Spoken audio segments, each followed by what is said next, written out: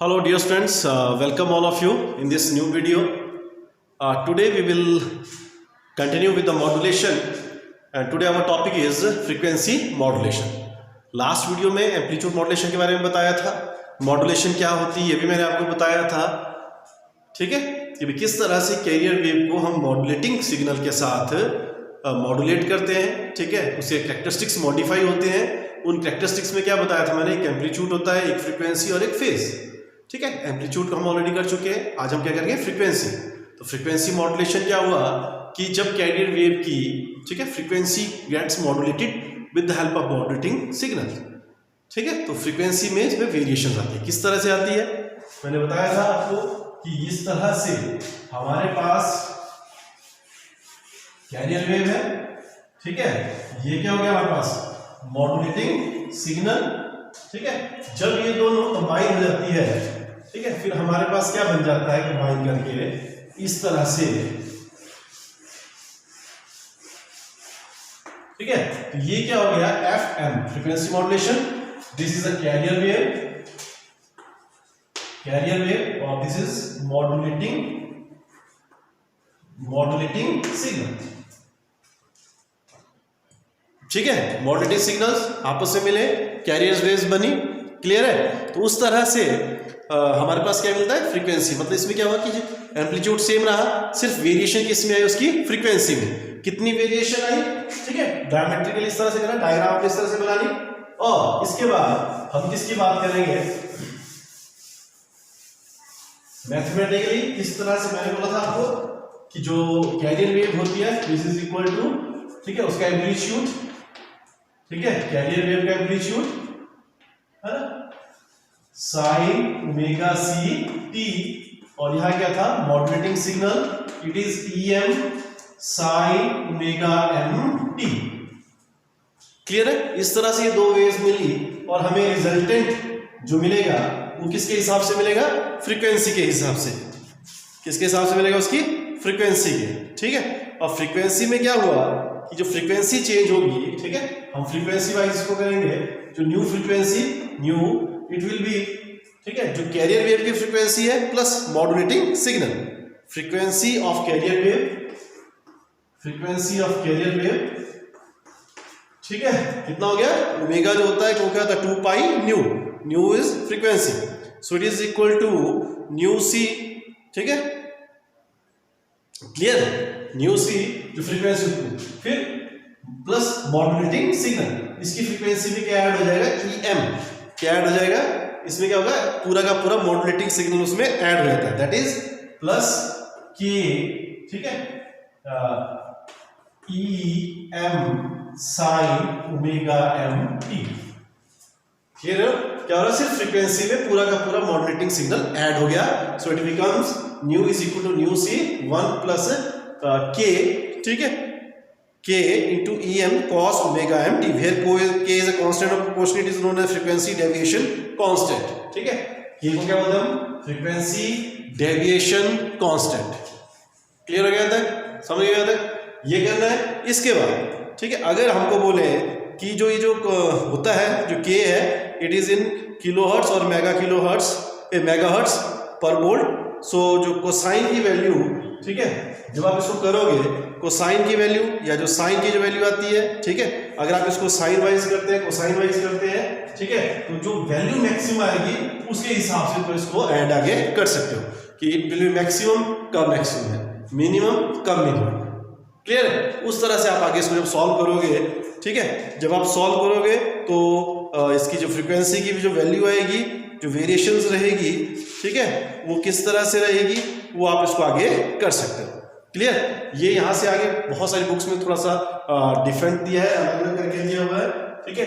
वहां पे आपको अगर ये पूरा फैक्टर क्या होता है कॉस में दिया हुआ है, ठीक है, जो फंक्शनल ग्रुप है कॉस में वेरी कर रहा है, तो उसमें क्या होगा कॉस ओमेगा टी, फिर कॉस ओमेगा टी क्या होगा मैक्सिमम होगा, मैक्सिमम जब होगा तो उसके बाद क्या करना आपने उसकी वैल्यू डिफरेंशिएट जो आता है, ठीक है, मैक्सिमम कब हुआ +-1 करके, तो इसकी साइन ओमेगा टी की वैल्यू क्या है मैक्सिमम +1, मिनिमम कितनी है -1, सो इट विल मैक्सिमम है sine omega M t is equal to +1, कितना हो जाएगा +1, ठीक है।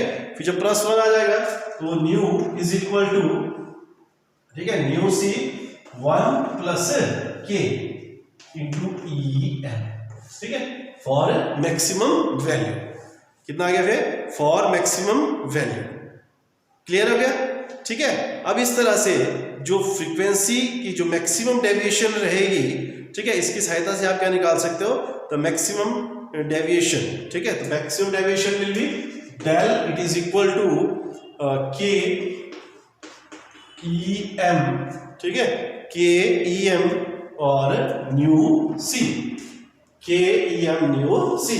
तो आप इसको उसमें कन्वर्ट जब करोगे, so it becomes nu c 1 plus del upon nu c, ठीक है। फिर ब्रैकेट खोल दीजिए, so it becomes nu c plus del. Clear हो गया? फिर जब मैक्सिमम वैल्यू आएगी तो आप इसको आगे भी कर सकते हो। कुछ बुक्स में यहीं तक लिया तो यहीं तक कर सकते हो। अगर आगे किया है तो आप क्या कर सकते हो कि जो मैक्सिमम वैल्यू निकाल सकते हो, यहाँ से ओमेगा की वैल्यू निकालो, ओमेगा की वैल्यू के बाद न्यू निकालो, फिर उसको इंटीग्रेट करो और फिर जाके आप इसको कर सकते हो, ठीक है। लेकिन अपने यहाँ तक ये करना ही करना है। क्लियर है? तो ये था फ्रीक्वेंसी मॉड्यूलेशन का। अब मैं इसके बाद आपको बताता हूँ, ठीक है, इसके एडवांटेज और डिसएडवांटेजेस, ठीक है। क्यों AM क्यों हम FM को यूज करते हैं, क्या फायदा है, दोनों में फर्क क्या है, तो इसके एडवांटेजेस क्या होते हैं,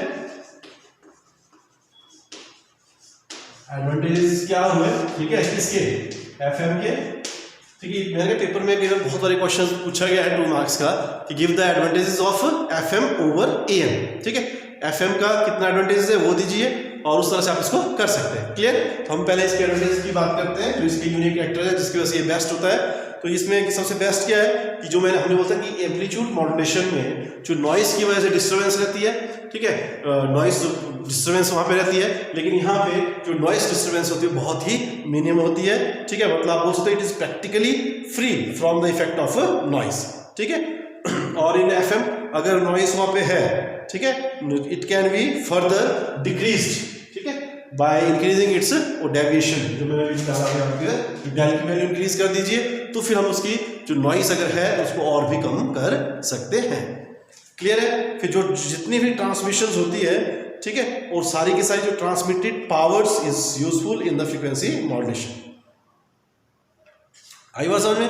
बाकी जो इसकी ऑपरेटिंग रेंज होती है, ठीक है, जो ऑपरेटिंग रेंज होती है वो बहुत वाइड होती है, जो ऑपरेटिंग रेंज होती है बहुत वाइड होती है। और ये हाई फ्रीक्वेंसी जो हम बोलते हैं ना हाई फाई, ठीक है, हाई फाई रिसेप्शंस इसकी रहती है, ठीक है। और इसकी एफिशिएंसी ऑफ ट्रांसमिशन जो होती है बहुत ज्यादा होती है। क्लियर? तो ये उसके फायदे थे। अब नुकसान क्या है इसके, डिसएडवांटेजेस क्या है इसके? डिसएडवांटेजेस में इसका ये आता है कि ये लगभग जो 10 टाइम्स, ठीक है, इट इज 10 टाइम्स वाइडर, ठीक है। ये कितना है? It is a 10 time wider channel, ठीक है। तो इट रिक्वायर्स जो एज कम्पेयर टू FM हम करेंगे 10 टाइम वाइडर चैनल, इसके लिए हमको जरूरत पड़ती है। बाकी जो एरिया रिसेप्शन है FM का वो it is much smaller than that of amplitude modulation. आई बात समझ? दूसरा जो फ्रीक्वेंसी मॉड्यूलेशन होता है इट इज कॉम्प्लेक्स है, ठीक है, और ये कॉस्टली भी होता है। क्लियर है? तो ये था फ्रीक्वेंसी मॉड्यूलेशन, ठीक है। तो आप इस तरह से इसके एडवांटेज और डिसएडवांटेज आप इसको एक्सप्लेन कर सकते हो। और डिफरेंस भी आता है कंपेयर AM और FM, तो आप इसके एडवांटेज कंपेयर करने के लिए बोलेंगे तो आप दोनों को एक दूसरे के साथ कंपेयर कर सकते हैं, पॉजिटिव नेगेटिव दोनों चीजें। अगर आपको ये बोला गया है कि सिंपल आप इसको एडवांटेजेस लिखिए तो एडवांटेज लिख सकते हो।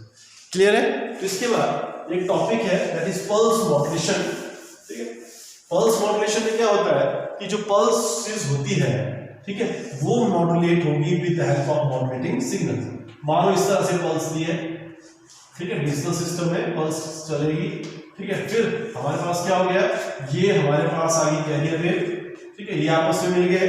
और जब इसके बाद मिलने के बाद क्या हुआ, कई बार इस पल्स का एम्पलीट्यूड इंक्रीज या एम्पलीट्यूड डिक्रीज होता है, तो in that case we call it a amplitude pulse modulation.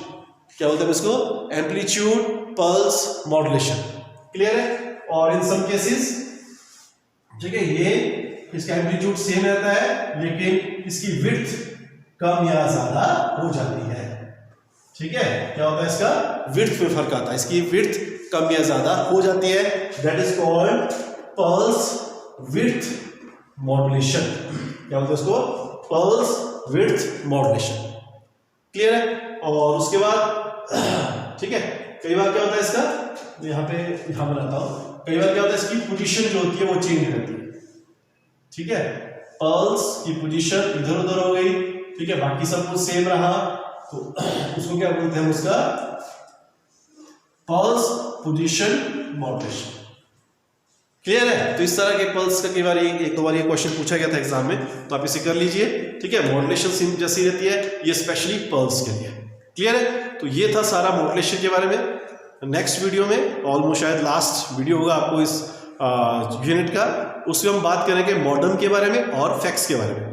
बाकी कुछ और छोटी चीज़ें हैं जो कम्युनिकेशन में आपने भी पढ़ते हो, ठीक है, पढ़ी भी है, आपको जानते भी हो, तो वो सब चीज़ें हम नेक्स्ट वीडियो में करेंगे। सो आज के लिए इतना ही काफ़ी है। So thank you very much, have a great time.